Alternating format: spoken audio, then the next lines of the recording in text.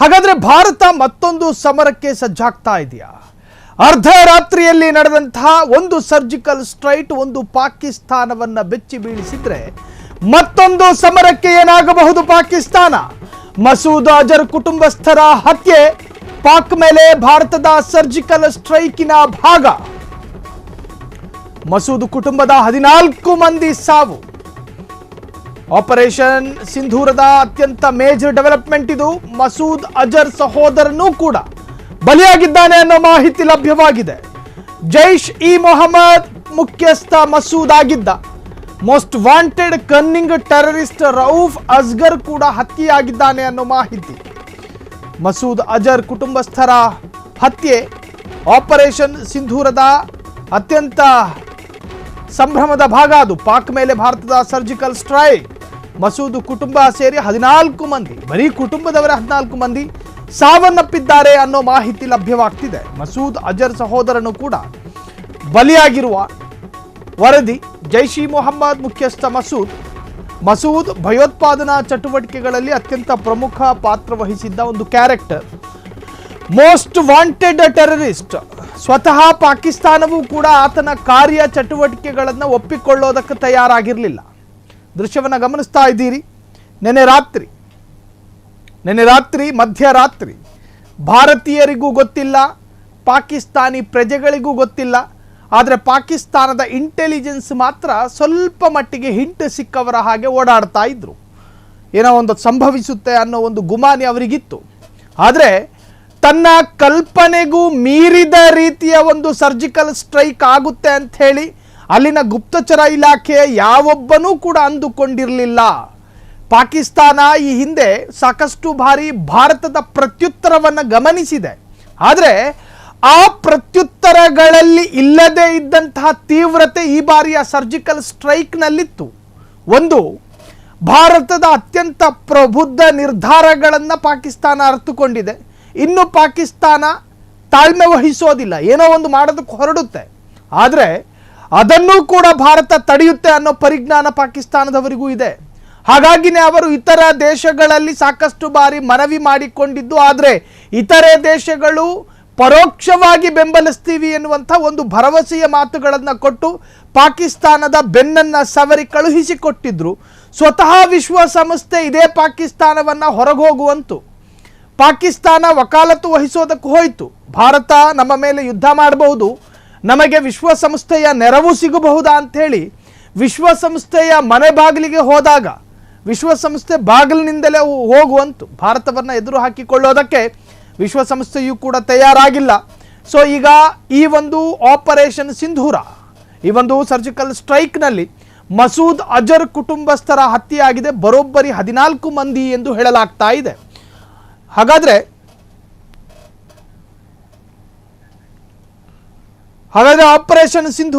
Operation ಸಿಂಧೂರದ ಪ್ರಮುಖ ಮರ್ಮ ಭಾಗ, ಅದರಲ್ಲೂ ಯಾವ್ಯಾವ ಸಂದರ್ಭದಲ್ಲಿ ಏನೇನಾಯಿತು ಅದರ ಪ್ರಮುಖ ಅಂಶಗಳನ್ನು ನಾವೀಗ ಗಮನಿಸ್ತಾ ಹೋಗೋಣ.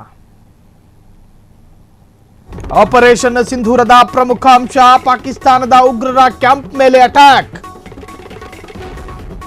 ಒಟ್ಟು 21 ಕ್ಯಾಂಪ್ಗಳ ಮೇಲೆ ಭಾರತ ದಾಳಿಯನ್ನ ಮಾಡಿದೆ. ಒಂದು ಸವೈ ನಾಲಾ ದಾಳಿ ಮಾಡಿದ ಪ್ರಥಮ ಸ್ಥಳ, ಎರಡನೆಯದು ಸಯೀದ್ ನಾ ಬಿಲಾಲ್ ದಾಳಿ ಮಾಡಿದ ಎರಡನೆಯ ಸ್ಥಳ, 3 ಮಸ್ಕರ್ ಇ ಅಕ್ಸಾ ಇದು ದಾಳಿಗೆ ಒಳಪಟ್ಟ 3ನೇ ಸ್ಥಳ, 4ನೆಯದು ಚೇಲಾ ಬಂದಿ ಎನ್ನುವಂತಹ 4ನೆಯ ಪ್ರಮುಖ ಸ್ಥಳ, 5ನೆಯದು ಅಬ್ದುಲ್ಲಾ ಬಿನ್ ಮಸೂದ್ ಇದು 5ನೇ ಸ್ಥಳ, ದಾಳಿಗೆ ಒಳಪಟ್ಟ ಸ್ಥಳ. ಇದು ಫ್ರೀಡಮ್ ಟಿವಿಯ ಸ್ಕ್ರೀನ್ ಮೇಲೆ ಅತ್ಯಂತ ನಿಖರ ಸ್ಥಳಗಳನ್ನು ನೀವು ಗಮನಿಸ್ತಾ ಇದ್ದೀರಿ. 6ನೆಯದು ದುಲೆ ಎನ್ನುವಂತಹ ಸ್ಥಳ, 7ನೆಯದ್ದು ಗರ್ಹಿ ಹಬೀಬುಲ್ಲಾ ಎನ್ನುವಂತಹ ಸ್ಥಳ, 7ನೆಯದ್ದು. ಇನ್ನು 8 ಬತ್ರಾಸಿ ಎನ್ನುವಂತಹ ಪ್ರಮುಖ ಸ್ಥಳ, ಅಲ್ಲಿ ಉಗ್ರರು ತರಬೇತಿಯನ್ನು ಪಡೆದುಕೊಳ್ತಾ ಇದ್ರು ಎನ್ನುವಂತಹ ಮಾಹಿತಿ. 9ನೆಯದು ಬಾಲ್ಕೋಟ್ ಎನ್ನುವಂತಹ ಸ್ಥಳ, 10ನೆಯದು ವಘಿ ಎನ್ನುವಂತಹ ಸ್ಥಳ. ಈ ಸ್ಥಳಗಳು ಈಗ ದಾಳಿಗೆ ಒಳಪಟ್ಟಿದೆ. 11ನೆಯದು BOI ಎನ್ನುವಂತಹ ಒಂದು ಸ್ಥಳ, 12ನೆಯದು ಸೆನ್ಸಾ ಎನ್ನುವಂತಹ ಸ್ಥಳ ಈಗ ದಾಳಿಗೆ ಒಳಗಾಗಿದೆ. ಪಾಕ್ ಉಗ್ರರು ಇದ್ದರು ಎನ್ನುವಂತಹ ನಿಖರ ಮಾಹಿತಿಯ ಆಧಾರದ ಮೇಲೆ 13ನೆಯದು ಗುಲ್ಪುರ್ ಎನ್ನುವಂತಹ ಸ್ಥಳ, 14ನೆಯದು ಕೊಟ್ಲಿ ಎನ್ನುವಂತಹ ಸ್ಥಳ, 15 ಬರಾಲಿ. ಸೊ ಹೀಗೆ ಪ್ರಮುಖ ಸ್ಥಳಗಳ ಮೇಲೆ ದಾಳಿ ಆಗಿದೆ. 16ನೆಯದು ದುಂಗಿ ಎನ್ನುವಂತಹ ಸ್ಥಳ. ಈ ಸ್ಥಳಗಳನ್ನ ಗುರುತು ಮಾಡಿದ್ದು ಅನಾವಶ್ಯಕ ಮತ್ತು ಅನಗತ್ಯ ಎಂದು ವಾದಿಸುವ ಪಾಕಿಸ್ತಾನಿಗಳಿಗೆ ಈ ಸ್ಥಳದಲ್ಲಿ ಏನೇನು ಅಧ್ವಾನಗಳಾಗಿತ್ತು ಎನ್ನುವಂತಹದ್ರ ಪರಿಜ್ಞಾನ ಇಲ್ಲ. 19ನೆಯದು ಸರ್ಜಾಲ್. ಹೀಗೆ ಪ್ರಮುಖ ಸ್ಥಳಗಳನ್ನ ನೀವು ಸ್ಕ್ರೀನ್ ಮೇಲೆ ಗಮನಿಸ್ತಾ ಇದ್ದೀರಿ. 20ನೆಯದು ಮುರಿಡಿಕೆ ಎನ್ನುವಂತಹ ಸ್ಥಳ, ಅಲ್ಲಿ ಉಗ್ರರ ತಾಣವಾಗಿತ್ತಂತೆ. ಬಹವಾಲ್ಪುರ್ 21ನೇ ಪ್ರಮುಖ ಸ್ಥಳ. ಅದು ಪಾಕಿಸ್ತಾನದ ಉಗ್ರರ ಕ್ಯಾಂಪ್ ಮೇಲೆ ದಾಳಿ. ಭಾರತ ದಾಳಿ ಮಾಡೋದಕ್ಕೆ ಎಲ್ಲಾ ತರಹದ ಸಮರ್ಥವಾದಂತಹ ದೇಶ. ದಾಳಿ ಮಾಡೋದಕ್ಕೂ ಕೂಡ ಒಂದಷ್ಟು ಏರಿಯಾಗಳನ್ನು ಆಯ್ಕೆ ಮಾಡಿಕೊಂಡಿತ್ತು. ಆ ಆಯ್ಕೆಯ ಹಿಂದೆ ಮಾನವೀಯತೆ ಇತ್ತೇ ಹೊರತಾಗಿ ಮತ್ತೊಂದು ದುರುದ್ದೇಶಗಳಿರಲಿಲ್ಲ. ಯಾವುದೇ ಕಾರಣಕ್ಕೂ ಪಾಕಿಸ್ತಾನದ ಕಂಟೋನ್ಮೆಂಟ್ ಆರ್ಮಿ ದಂಡಿನ ಮೇಲೆ ದಾಳಿ ಆಗಬಾರದು ಎನ್ನುವಂತಹ ಕಾರಣ ಇತ್ತು ಭಾರತದ್ದು. ಯಾವುದೇ ಕಾರಣಕ್ಕೂ ನಾಗರಿಕರ ಸಂಚಾರ ಪ್ರದೇಶಗಳಿಗೆ ದಾಳಿ ಆಗಬಾರದು ಎನ್ನುವಂತಹ ಸೂಕ್ಷ್ಮತೆ ಭಾರತಕ್ಕಿತ್ತು. ಇದು ಭಾರತ. ಪಾಕಿಸ್ತಾನದವರ ಹಾಗೆ ಕಂಡವರ ಮೇಲೆ ಕಂಡ ಜಾಗದಲ್ಲಿ ನಾಯಿ ತಿಂದವರ ಹಾಗೆ ದಾಳಿ ಮಾಡುವಂತಹ ಸಂಸ್ಕಾರ ಭಾರತದ್ದಲ್ಲ ಎನ್ನುವಂತಹದ್ದು ಈ ದಾಳಿಯ ಮುಖೇನ ಪಾಕಿಸ್ತಾನ ತಿಳಿದುಕೊಳ್ಳಬೇಕು. 21 ಕ್ಯಾಂಪ್ಗಳನ್ನ ರೇಖಿ ಮಾಡಿಕೊಳ್ಳಲಾಯಿತು. ಯಾವಾಗ ಭಾರತ ಅರ್ಥಾತ್ ನರೇಂದ್ರ ಮೋದಿ ಅವರು ಬೇರೆ ಬೇರೆ ಇಲಾಖೆಯವರ ಜೊತೆ ಸಭೆಯನ್ನು ಕರೀತಾರೆ. ಒಂದು ಭೂಗಡಿ ರಕ್ಷಣಾ ಇಲಾಖೆ, ಜೊತೆಗೆ ವಾಯುಮಾರ್ಗ, ಜಲಮಾರ್ಗ, ಈ ಎಲ್ಲ ಇಲಾಖೆಗಳನ್ನು ಕೂಡ, ನೇವಿಯ ಪ್ರಮುಖರನ್ನು ಕೂಡ ಕರೆದು ಸಭೆ ಮಾಡಿದಾಗ ಪಾಕಿಸ್ತಾನಕ್ಕೊಂದು ಸಣ್ಣ ಹಿಂಟಿತ್ತು. ಭಾರತ ಇದ್ದಕ್ಕಿದ್ದ ಹಾಗೆ ಮೂರು ಗಡಿ ಭಾಗದ ಮುಖ್ಯಸ್ಥರನ್ನ ಕರೆಸಿ ಬ್ಯಾಕ್ ಟು ಬ್ಯಾಕ್ ಸಭೆ ಮಾಡ್ತಾ ಇದ್ದಾರೆ, ಇದರಲ್ಲಿ ಏನೋ ಒಂದು ಮಸಲತ್ತಿದೆ ಎನ್ನುವಂತಹ ಒಂದು ಸಣ್ಣ ಗುಮಾನಿ ಇಲ್ಲ ಅಂತೇನೂ ಇಲ್ಲ, ಇತ್ತು. ಆದರೆ ಭಾರತ ಯಾವುದೇ ಕಾರಣಕ್ಕೂ ಈ 21 ಸ್ಥಳಗಳನ್ನು ಗುರುತು ಮಾಡಿಕೊಳ್ಳುತ್ತೆ ಎನ್ನುವಂತಹ ಸಣ್ಣ ಸುಳಿವು ಕೂಡ ಇರಲಿಲ್ಲ. ಭಾರತದಿಂದ ನಡೆದು ಹೋದ ಆಪರೇಷನ್ ಸಿಂಧೂರ್, ಪಾಕ್ನ ಮುರಿಡ್ಕೆ ಮೇಲೆ ಡ್ರೋನ್ ದಾಳಿಯನ್ನು ಮಾಡಲಾಗಿದೆ. ಸ್ಫೋಟದ ಸದ್ದು ಕೇಳಿ ಬೆಚ್ಚಿ ಬಿದ್ದ ಪಾಕಿಗಳು ಅರ್ಥಾತ್ ಪಾಕ್ ಪ್ರಜೆಗಳು. ಸ್ಥಳೀಯ ಪಾಕಿಸ್ತಾನಿ ನಿವಾಸಿಗಳ ಮಾತು ವಿಡಿಯೋದಲ್ಲಿ ಸ್ಪಷ್ಟ. ಮಧ್ಯರಾತ್ರಿ 12:45 ವೇಳೆಗೆ ಮೊದಲ ಅಟ್ಯಾಕ್ ಸಂಭವಿಸುತ್ತೆ. ಬಳಿಕ ಬ್ಯಾಕ್ ಟು ಬ್ಯಾಕ್ 3 ಡ್ರೋನ್ ದಾಳಿಗಳಾಗುತ್ತೆ. ಭಾರತದಿಂದ ನಡೆದು ಹೋದ ಆಪರೇಷನ್ ಸಿಂಧೂರ ಅದು. ಪಾಕ್ನ ಮುರಿಡಿಕೆ ಮೇಲೆ ಡ್ರೋನ್ ದಾಳಿಯನ್ನ ಮಾಡುತ್ತೆ. ಸ್ಫೋಟದ ಸದ್ದು ಕೇಳಿ ಬೆಚ್ಚಿ ಬಿದ್ದ ಪಾಕಿಗಳು. ಸ್ಥಳೀಯ ಪಾಕಿಸ್ತಾನಿ ನಿವಾಸಿಗಳ ಮಾತುಗಳು ಕೂಡ ಡ್ರೋನ್ ದಾಳಿಯಾದ ಸಂದರ್ಭದಲ್ಲಿ ಸೆರೆಯಾಗಲ್ಪಟ್ಟ ದೃಶ್ಯದಲ್ಲಿ ಅತ್ಯಂತ ಸುಸ್ಪಷ್ಟವಾಗಿ ಕೇಳುತ್ತೆ. ಏನೋ ಸಂಭವಿಸ್ತಾ ಇದೆ, ಆಕಾಶದಿಂದ ಅದೇನೋ ಬೀಳ್ತಾ ಇದೆ, ಇಲ್ಲೇನೋ ನಡೀತಾ ಇದೆ, ಕಕ್ಕಾಬಿಕ್ಕಿ ಆಗ್ತಾರೆ ಜೀವ ಉಳಿಸಿಕೊಳ್ಳೋದಕ್ಕೆ. ಅರ್ಥಾತ್ ಅವರಿಗೆ ಜೀವಕ್ಕೆ ಯಾವುದೇ ತರಹದ ಅಪಾಯದ ಸ್ಥಿತಿಯಲ್ಲಿ ನಿರ್ಮಾಣ ಆಗಿರಲಿಲ್ಲ. ಕಾರಣ ಭಾರತ ಗುರುತು ಮಾಡಿದ್ದು ಪ್ರತ್ಯೇಕ ಸ್ಥಳಗಳನ್ನೇ ಹೊರತಾಗಿ ನಾಗರಿಕ ಸಂಚಾರ ಪ್ರದೇಶವನ್ನಲ್ಲ. ಸೊ ಪೆಹಲ್ಗಾಮ್ನಲ್ಲಿ ಭಾರತದ ಪ್ರವಾಸಿಗರು ನಾನಾ ಕನಸುಗಳನ್ನು ಕಟ್ಟಿಕೊಂಡು ಪೆಹಲ್ಗಾಮ್ ಸ್ವರ್ಗದ ಭೂಮಿಗೆ ಎಂಟ್ರಿ ಕೊಟ್ಟಿದ್ರು. ಅಲ್ಲಿ ಗಾಳಿಯ ವಿಹಾರವನ್ನು ಪಡೆದುಕೊಳ್ತಾ ಇದ್ರು, ಪ್ರಕೃತಿ ಸೌಂದರ್ಯವನ್ನು ಆಸ್ವಾದಿಸ್ತಾ ಇದ್ರು.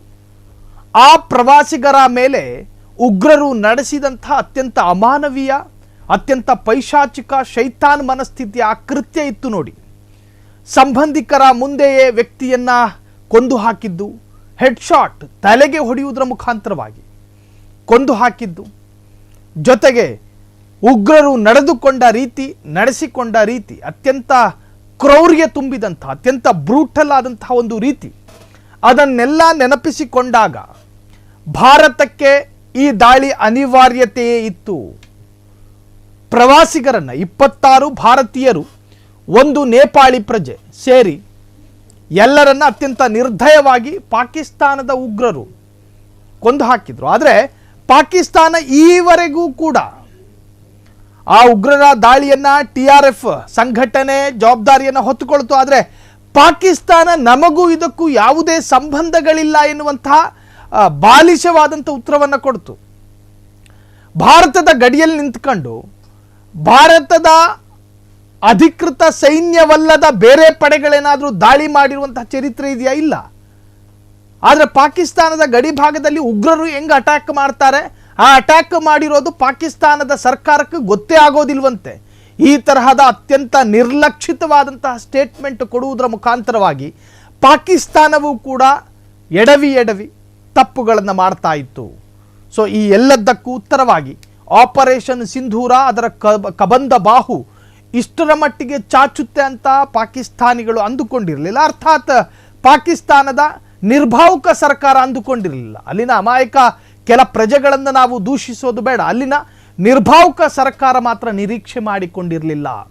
ಪಾಕಿಸ್ತಾನದ ಉಗ್ರರ ಆ ಒಂದು ಮನಸ್ಸಿಗೆ ಭಯ ಹುಟ್ಟಿಸುವ ರೀತಿಯಲ್ಲಿ, ಪಾಕಿಸ್ತಾನದ ಅಟ್ಟಹಾಸ ಮೆರೆದ ಶೈತಾನರ ಉಗ್ರರ ಹೃದಯಕ್ಕೆ ಭಯ ಹುಟ್ಟಿಸುವ ರೀತಿಯಲ್ಲಿ ಆಪರೇಷನ್ ಸಿಂಧೂರ ಬದಲಾಗಿದೆ. ಈ ಹಿಂದೆ ನಡೆದಂತಹ ಸಾಕಷ್ಟು ಯುದ್ಧಗಳಲ್ಲೂ ಕೂಡ ಪ್ರಮುಖ ಪಾತ್ರ ಈ ನಮ್ಮ ಸಿಂಧೂರ ವಹಿಸುತ್ತೆ. ಎಸ್, ಈಗ ಆಪರೇಷನ್ ಸಿಂಧೂರದ ಬಗ್ಗೆ ಸ್ವತಃ ದೇಶದ ಪ್ರಧಾನಿ ನರೇಂದ್ರ ಮೋದಿ ಮಾತನಾಡಿದ್ದಾರೆ. ಕೇಳಿಸ್ಕೊಂಡು ಬರೋಣ. And Indians' footprints will be on the moon. Mars and Venus are also on our radar. Friends, for India, space is about exploration as well as about empowerment. It empowers governance,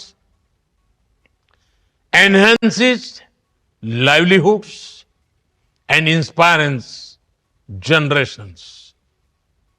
From fishermen alerts to Gati Shakti platform, from railway safety to weather forecasting, our satellites look out for the welfare of every Indian. We have opened our space sector to startups, entrepreneurs, and young minds. Today, India has over 250 space startups. They are contributing to cutting-edge advancements in satellite technology, propulsion systems, imaging, and much more.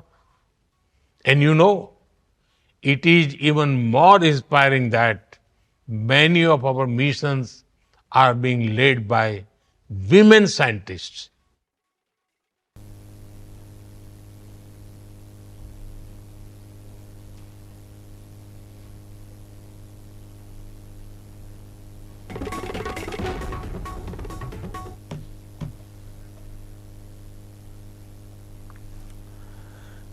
ಇದು ಪೆಹಲ್ಗಾಮ್ನಲ್ಲಿ ಆದಂತಹ ಪಾಕಿಸ್ತಾನದ ಉಗ್ರರ ಕರ್ಮಗಳು, ಪ್ರಾರಬ್ಧಗಳು, ಅವರ ಶೈತಾನ ಕೃತ್ಯಗಳು.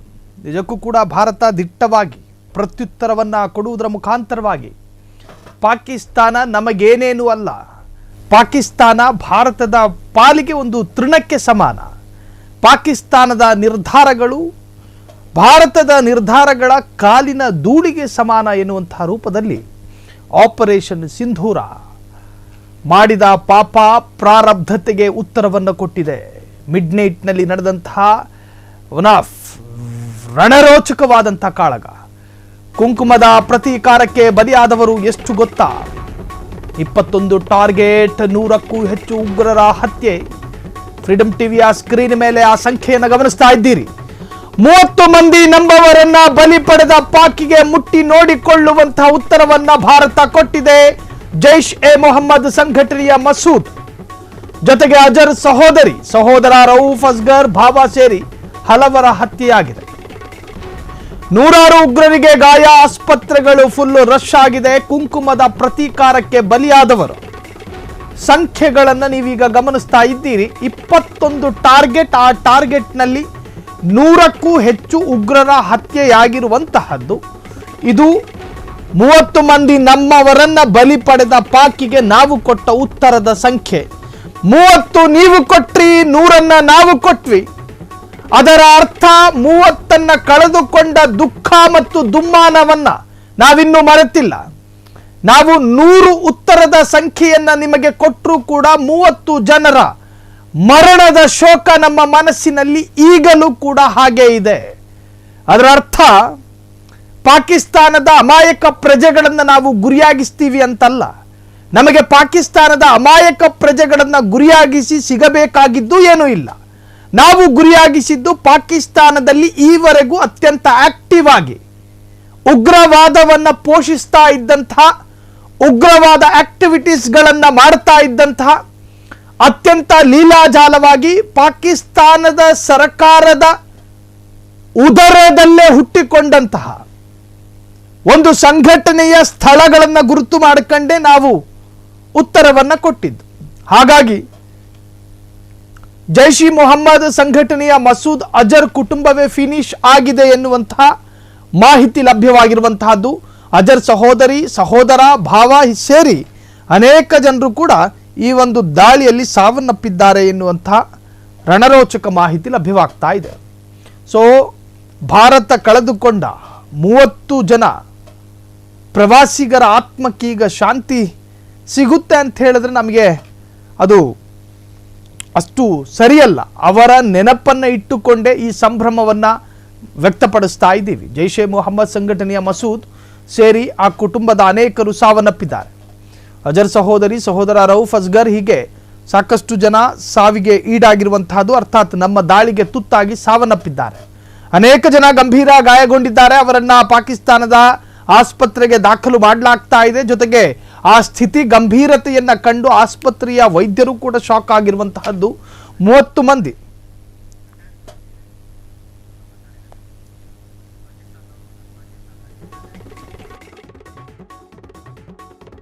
ರಾತ್ರೋರಾತ್ರಿ ಭಾರತದ ದಾಳಿಗೆ ತತ್ತರಿಸಿದಂತಹ ಪಾಕಿಸ್ತಾನದ ಸಾಕಷ್ಟು ಬ್ಲಾಗರ್ಗಳು ಅಲ್ಲಿ ವಿಡಿಯೋ ಮಾಡ್ಕೋತಾ ಇರ್ತಾರೆ. ಅದರಲ್ಲಿ ಪ್ರಮುಖವಾಗಿ ಅಲ್ಲಿನ ಪ್ರಜೆಯೊಬ್ಬ ಅಲ್ಲಿನ ಸ್ಥಿತಿಗತಿಗಳನ್ನು ತೋರಿಸ್ತಾನೆ. ನೋಡ್ಕೊಂಡು ಬನ್ನಿ.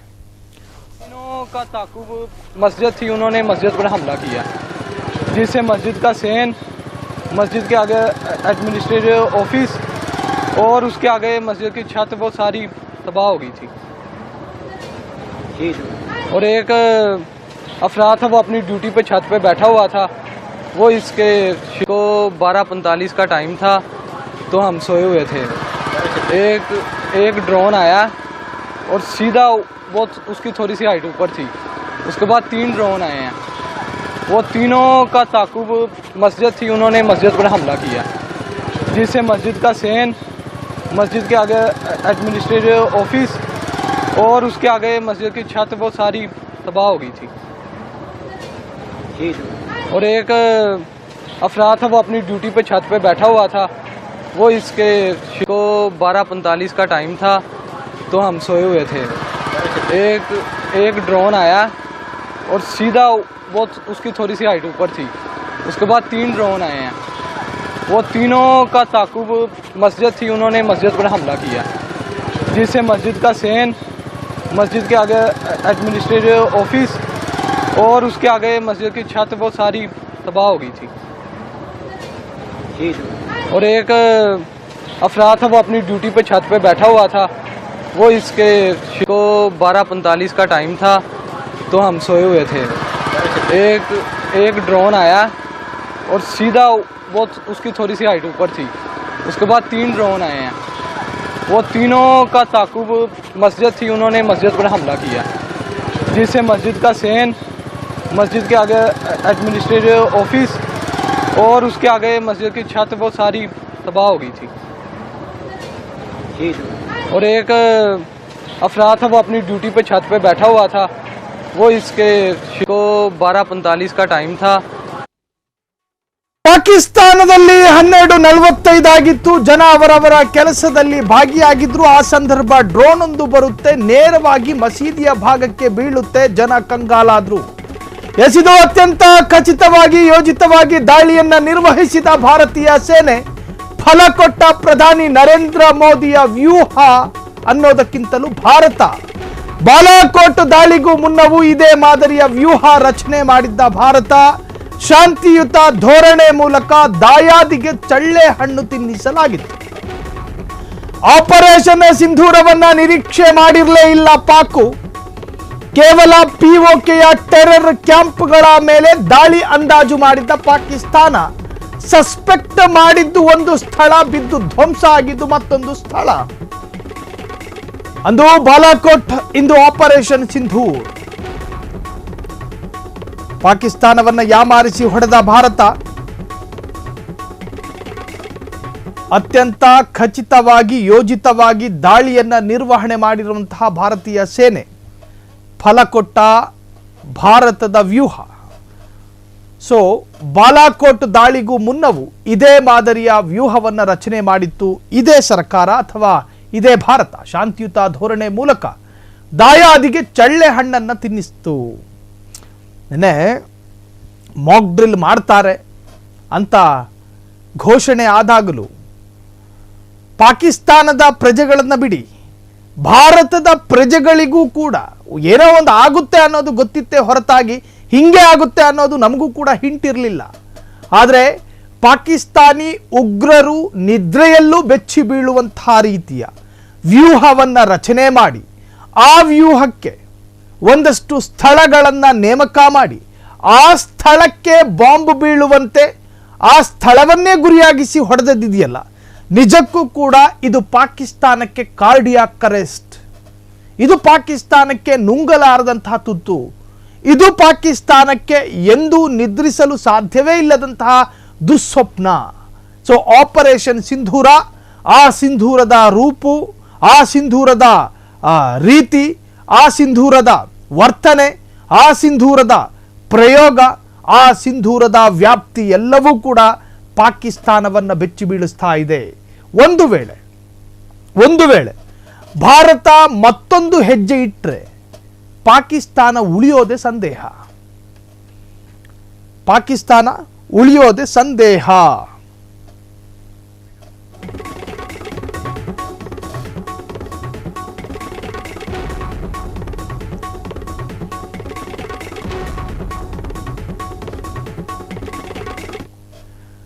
ಪಾಕಿಸ್ತಾನಕ್ಕೆ ಪ್ರತ್ಯುತ್ತರವನ್ನು ಕೊಟ್ಟಂತಹ ಭಾರತ, ಒಂದು ವೇಳೆ ಭಾರತ ಮುಂದಿನ ಹೆಜ್ಜೆಯ ಎರಡನೆಯ ಸಮರ ಏನಾದರೂ ಸಾರಿದ್ರೆ ಪಾಕಿಸ್ತಾನ ಉಳಿಯುತ್ತಾ?